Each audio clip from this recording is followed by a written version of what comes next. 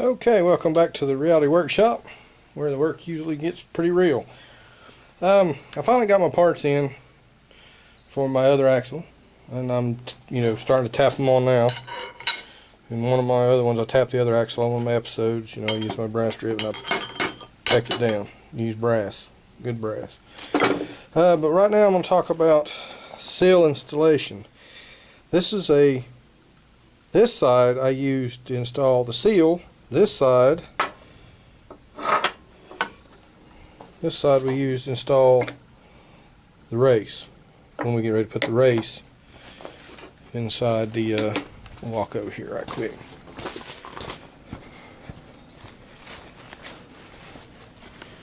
As you can tell, it's been sitting here a little while. Grass has grown up around it. I already pecked it in, and I put grease on the inside of that seal so I don't burn it up when I take off where it gets wet. But that end, you stick in there, and then you hit it with a hammer on this end, and gently, and seat it up in there. When you do the race, you flip it around, get the grass out of it, you flip it around,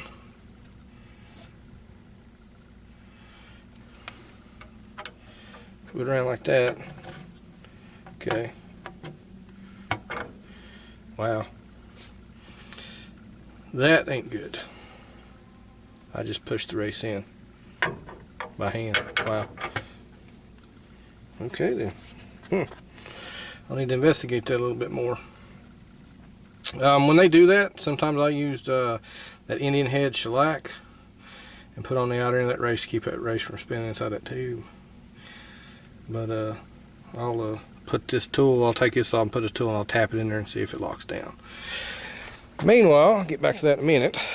Let's talk about them. I have a big one here. I bought specially for one job. This is a big seal installer for trucks. It's a massive conglomeration here. As you can tell. That's for a national. Get it down in there. National oil seal. Okay, and there's the numbers for the seals.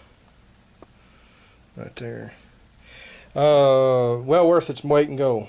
That particular seals that I was putting in, if you try to put them in the old way, using a brass drift and a punch, you mess them up because those seals turn inside the case. Meaning the seal itself in here spins around the outer side of this case. It's a really good seal. They don't go out very often. 20 years they'll burn up and you got to change them. It's the first time those seals have ever been changed on a trailer. I bought that tool. I think it was $60, $70 for that tool. But those seals I think were like $12, $14 each. And I didn't feel like screwing them up and buying new ones. So I went ahead and bought the tool, did it right the first time. Man, I ain't had no trouble out of them since. So I'll probably never use that tool again unless I get a big 25-ton trailer rolling in here and somebody needing some help with it. But it's well worth to try to get these tools every now and then. There's the complete set. You don't absolutely have to have Mac tools if you're doing them every now and then. One time I did this for a living, so I bought tools.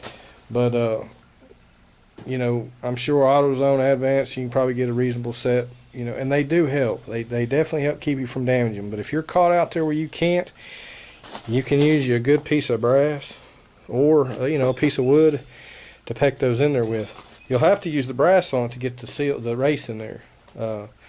I've done that for many years, and whenever I got my hands on those seal installers and race installers, I never went back. So I'll always have those. Makes the job 20 times faster, 50 times easier. But anyway, I'm going to get back to pecking on this. I'm going to drive this on down and seal it off here. And I'm going to go check on that race over there and peck it on in there, make sure it's going to hold up. And we'll be able to slide the axle back.